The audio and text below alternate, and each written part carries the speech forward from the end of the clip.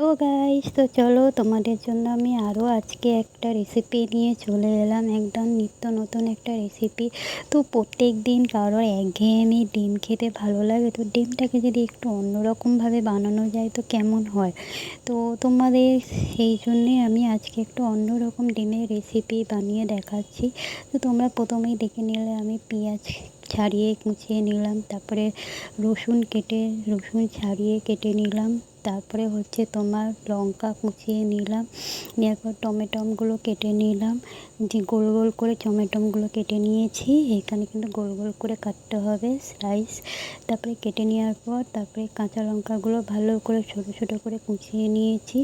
নেওয়ার পর তোমরা যেরকম খুশি কুচাতে পারো। তারপরে টমেটোমের মাঝখান থেকে ওইগুলোকে বার করে দিলাম, টমেটোমের মাঝখানটা পুরো ফাঁকা করে দিলাম, কিছু যাতে না থাকে। এই দেখো আমার সব কিছু রেডি। তো আমি এখানে একটা জিনিস মিস করেছি, আদাটা আমি এখানে স্কিপ করে গেছি, দেওয়া হয়নি। তো তোমরা আদাটাও অ্যাড করে দেবে। তো এখানে দেখো পেঁয়াজ, লঙ্কা, তারপরে নুন, হলুদ দিয়ে ডিমটাকে ভালো করে ফেটিয়ে নিলাম। নেওয়ার পর তারপরে হচ্ছে তেল গরম করে কড়াতে এবার টমেটোমের স্লাইসটাকে দিলাম, তার উপরে এবার ওই ডিমটাকে দিয়ে দিলাম। দেওয়ার পর এই দেখো ডিমটাকে এরকমভাবে ভেজে নিলাম।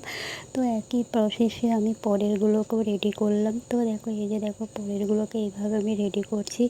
তো তোমরা এই যে দেখো আমার পরের ডিমটাও রেডি হয়ে গেছে। তো এবার আমি এটাকে ডিমটা যেহেতু কালিয়া করে খাবো সেই জন্যে আমি এখানে ডিমের কারি করে নিলাম। তো পেঁয়াজ, টমেটো, আদা, রসুন সব কিছু দিয়ে একটা কষতে থাকলাম মশলাটাকে। তো এখানে নুন স্বাদ মতন দিয়ে দিলাম, দিয়ে তোমরা যেরকম একটা ডিমের কারি বানাও সেরকম প্রসেসেই তোমরা সব কিছু দেবে। আদা, রসুন, পেঁয়াজ, টমেটো, কাঁচা লঙ্কা, ধনেপাতা যাবতীয় যা থাকে সব দেবে। দিয়ে তোমরা ভালো করে এটাকে কষতে থাকবে।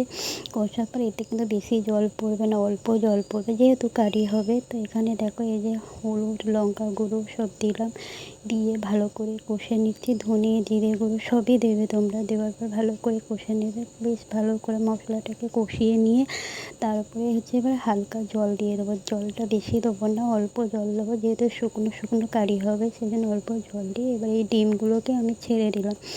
ডিমগুলো এবার ফুটতে থাকবে। এবার একটু কিছুক্ষণ ঢেকে দিলাম, ফুটে যখন এবার শুকনো হয়ে যাবে তখন এবার একটা পাত্রের মধ্যে আমি ডিমের কারিটাকে তুলে নিলাম।